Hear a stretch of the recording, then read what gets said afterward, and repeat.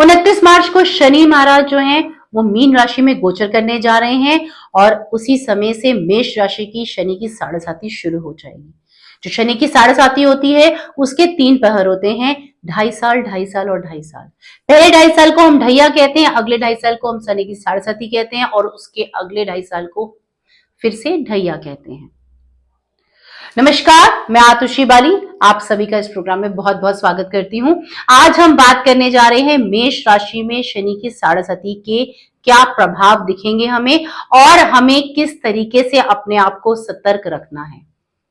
हमें ऐसा क्या करना है जिससे हमारी जो ये साढ़ेसाती का जो समय है ये बहुत आराम से और बहुत सुखमय पूर्ण निकल जाए। सब कहते हैं जब शनि की साढ़ेसाती लगती है तो हमें डरना चाहिए। हमें डरना नहीं चाहिए, हमें सतर्क रहना चाहिए।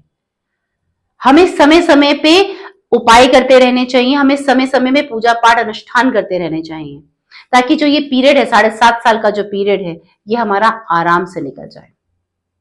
तो सबसे पहले हम बात करते हैं कि शनि की जब साढ़ेसाती लगती है तो उसकी शुरुआत कहां से होती है। तो सबसे पहले जब शनि की साढ़ेसाती शुरू होती है तो जो पहला 2.5 साल है वो जो शनि देव है वो आपके मस्तिष्क पे रहते हैं।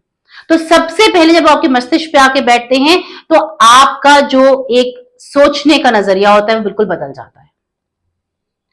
आपके ऊपर एकदम से काम, क्रोध, धन का लाभ, अननेसेसरी लड़ाई झगड़ा, अपनों की बात ना सुनना एकदम से आपको दिखना शुरू हो जाएगा।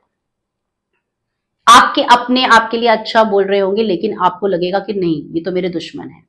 शनि की साढ़ेसाती शुरू होती है ना तो जो हमारी डिसीजन मेकिंग की पावर है ना उसको वो वीक कर देता है। हम जो डिसीजन लेते हैं ना वो करेक्टिव नहीं लेते हैं, हम जल्दबाजी में लेते हैं, अहंकार में आके लेते हैं, हम लोभ के बारे में बहुत सोचने लग जाते हैं। तो ये पहला जब ढैया लगता है ना शनि का तो उस समय ये चीजें हमारे को दिखनी शुरू हो जाएंगी। तो जो शनि की साढ़ेसाती जो मेष राशि वालों के लिए शुरुआत कर रही है वो कर रही है 12वें भाव से।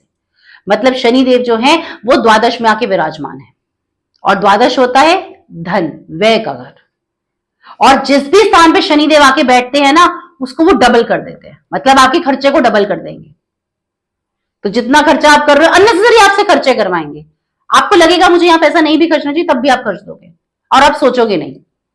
और द्वादश में अगर शनि बैठे होते हैं तो आपसे वो कहते हैं ट्रैवल भी खूब कराते हैं। अगर आप जॉब करते होगे तो आपकी ट्रांसफर भी हो जाएगी, हो सकती है, और आपकी ट्रांसफर हो सकता है आपके ऑफिस वाले बढ़िया जगह पे करेंगे, लेकिन क्योंकि आप जो है ओवर थिंकिंग पावर इस टाइम मोड में आ जाओगे तो आपको लगेगा नहीं जो उन्होंने मेरी ट्रांसफर करी है ना वो ठीक नहीं करी है, it is not good for me, it is not fruitful for me. आपकी ऐसी सोच होगी और वहीं से बैठ के वो अपनी दृष्टि से आपके धन भाव को देख रहे हैं। तो धन भाव मतलब आपसे वो पैसा खर्चवाएंगे, मतलब आपकी जो सेविंग है ना वो अननेसेसरी खर्च होगी। वो हेल्थ रिलेटेड इश्यूज पे भी खर्च हो सकती है, किसी की मैरिज आ जाएगी, कोई आपसे उधार मांग लेगा और जो आपको पैसा वापस भी नहीं करेगा। एक चीज ये भी ध्यान रखिएगा कि जब शनि की साढ़ेसाती लगती है अगर लोग आपसे उधार लेते हैं ना, आपसे लोन लेते हैं तो आपको वापस जल्दी से नहीं करेंगे। तो आपके जब धन लाभ को देखेंगे वो तीसरे हाउस को देखेंगे तो आपसे वो खर्चा भी अननेसेसरी खूब कराएंगे। और सप्तम दृष्टि से वो आपके हेल्थ के घर को भी देख रहे हैं तो आपकी हेल्थ इश्यूज होने की बहुत बहुत संभावनाएं हैं। आपकी हेल्थ इश्यूज नहीं होंगी अगर आपका जो स्वामी ग्रह है बुध है अगर वो अच्छी स्थिति में विराजमान है तो हो सकता है आपकी हेल्थ इश्यूज ना हो। और कुछ नहीं करेंगे तो आपके बाल झड़ने शुरू हो जाएंगे, आपके बाल धीरे धीरे जो है वो कम होने शुरू हो जाएंगे। आपकी हेल्थ पे इश्यूज नहीं आएगा तो आपकी फैमिली मेंबर्स को हेल्थ की इश्यूज आ सकते हैं।